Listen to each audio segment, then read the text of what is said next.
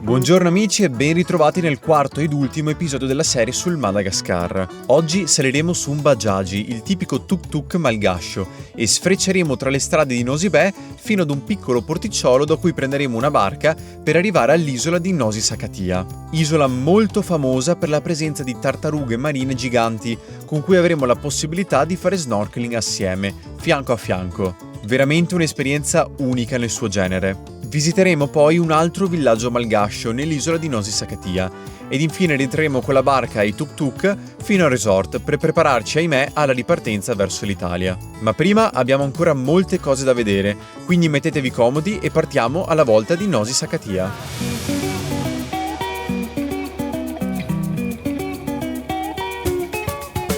Cosimo, la nostra guida, ci spiegava che il Bajaj o tuk-tuk è la soluzione migliore per i turisti, ma anche per i residenti che non hanno un'auto, per spostarsi in giro per l'isola di Nosy Be. È relativamente economico e se ne vedono molti in giro. Pensate che ci raccontava che su un Bajaj possono starci anche 10-12 persone e può andare su qualsiasi terreno, dall'asfalto alla terra alla sabbia, e l'abbiamo visto anche noi.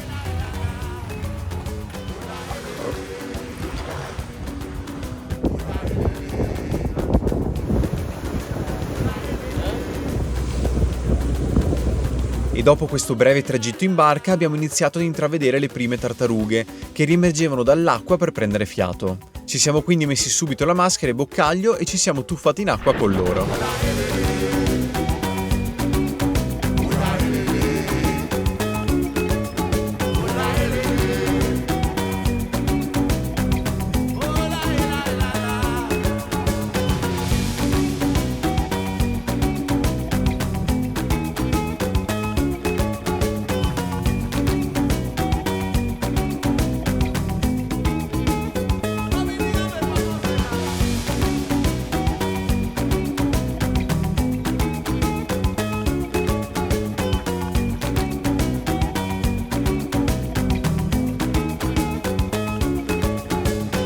E finito questo splendido snorkeling tra le tartarughe ed i pesci, siamo rientrati sulla barca e ci siamo avviati verso il villaggio nell'isola di Nosy Sakattia. Siamo arrivati in un villaggio di pescatori, qua dietro.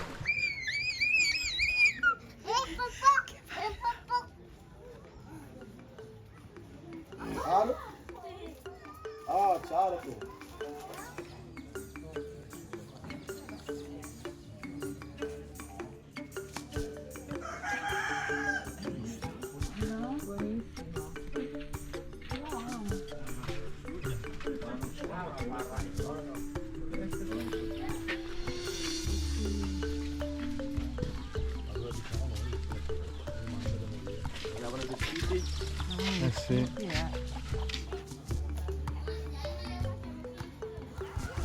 La scuola. Quindi qui i bambini cominciano alle 7 di mattina a scuola fino alle 12.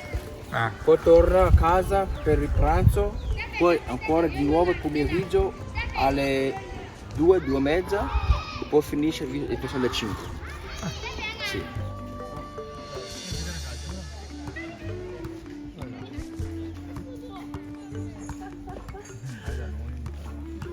Abbiamo poi dato ai bambini del villaggio qualche biscotto per fare merenda. Mora mora.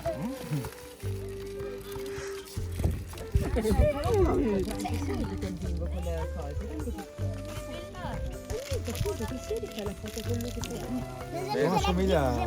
È un po' un misto di francese. Anche un po'. Quello mi sembra di quello lì. Ciao Lola. Ciao Lola. Ed infine, mora mora, ossia piano piano in lingua malgascia, siamo tornati verso la barca che ci ha riportato a Nosy Be.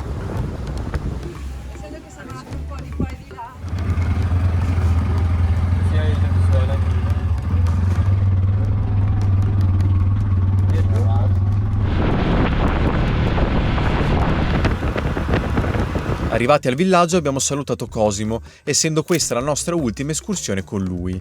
Vi ricordo ancora una volta che vi lascio il suo numero in descrizione per qualsiasi info. Rientrati. E poi abbiamo fatto un po' di relax al pomeriggio in attesa di questo penultimo tramonto infuocato da Nosy Be.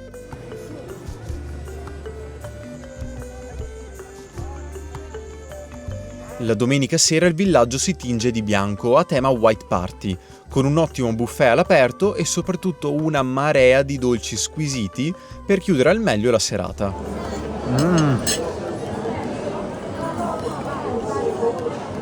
Mazza, squisiti.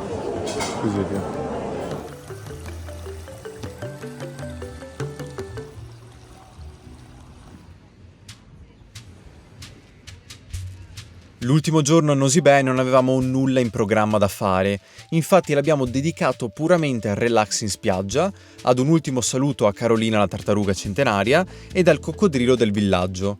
Ed infine abbiamo assistito, ovviamente come ormai da tradizione, all'ultimo tramonto da favola sul mare di Nosy Be.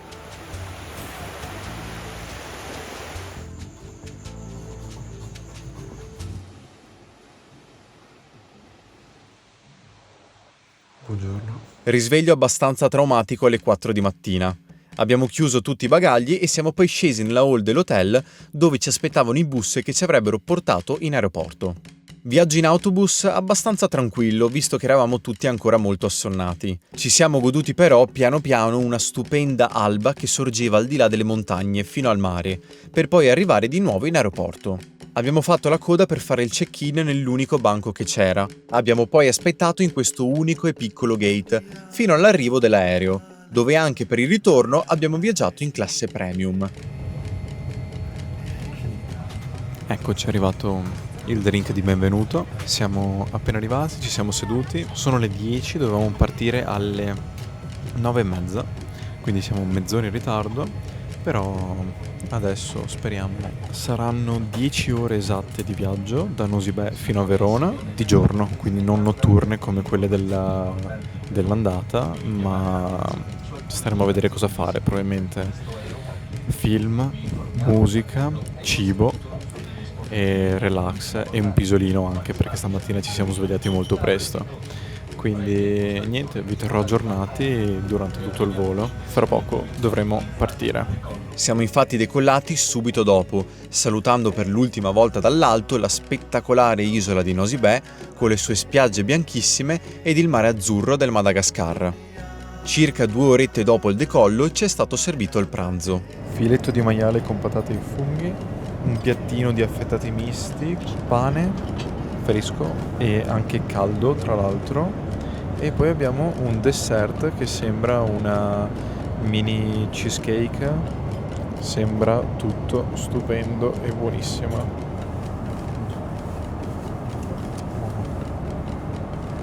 Mancano 2 ore all'atterraggio. Ho guardato un film, ho guardato Oppenheimer e poi ho sistemato un po' di foto. Non ho dormito, avrei potuto, ma vabbè. Stavo guardando fuori anche perché siamo passati sopra l'Egitto, sopra il Cairo e anche sul canale di Suez che si vedeva benissimo dall'alto, veramente bellissimo. E adesso hanno riacceso un po' le luci, ci hanno portato una salviettina umida e ci stanno portando uno snack. Ci è arrivato un piattino di affettati misti con formaggi, un po' di frutta fresca ed un panino. Anche qui nulla da dire. Abbiamo iniziato poi piano piano ad intravedere la nostra amata Italia, segno che ormai ci stavamo avvicinando a Verona, e così anche alla conclusione di questo viaggio. Io spero veramente che questa breve serie di 4 episodi sulla spettacolare isola di Nosy Be vi sia piaciuta. So che è stato un viaggio abbastanza turistico, però il Madagascar, come anche tutta l'Africa, è un posto in cui è molto difficile da girare autonomamente, specialmente se non hai un appoggio o una guida come ad esempio Cosimo. Di questo viaggio non tratterò i costi e l'organizzazione, visto che si tratta di un pacchetto a tutti gli effetti all inclusive fatto direttamente con Alpitour. Vi basterà infatti chiedere alla vostra agenzia viaggi di fiducia e sono sicuro che troverete lo stesso pacchetto o simile comunque. Al di fuori di questo infatti non abbiamo speso molto altro, essendo tutto all inclusive, al di fuori ovviamente della business class e delle varie escursioni fatte con Cosimo, che vi invito a contattare lui direttamente e vi dirà tutti i prezzi e tutti i pacchetti distretti che ha a disposizione. È stato questo sicuramente un viaggio indimenticabile che vi assolutamente consiglio di fare e non vedo già l'ora di tornarci per andare ad assaggiare altri cibi locali, conoscere altre persone, vedere altri animali selvaggi e paesaggi da sogno. Vi invito ad andarvi a recuperare anche gli altri episodi cliccando qua in alto ed anche a quelli della Route 66 se non li avete ancora visti. Come sempre, se avete domande, dubbi o curiosità, scrivetemele qui sotto nei commenti e noi ci vediamo alla prossima avventura. Ciao ciao!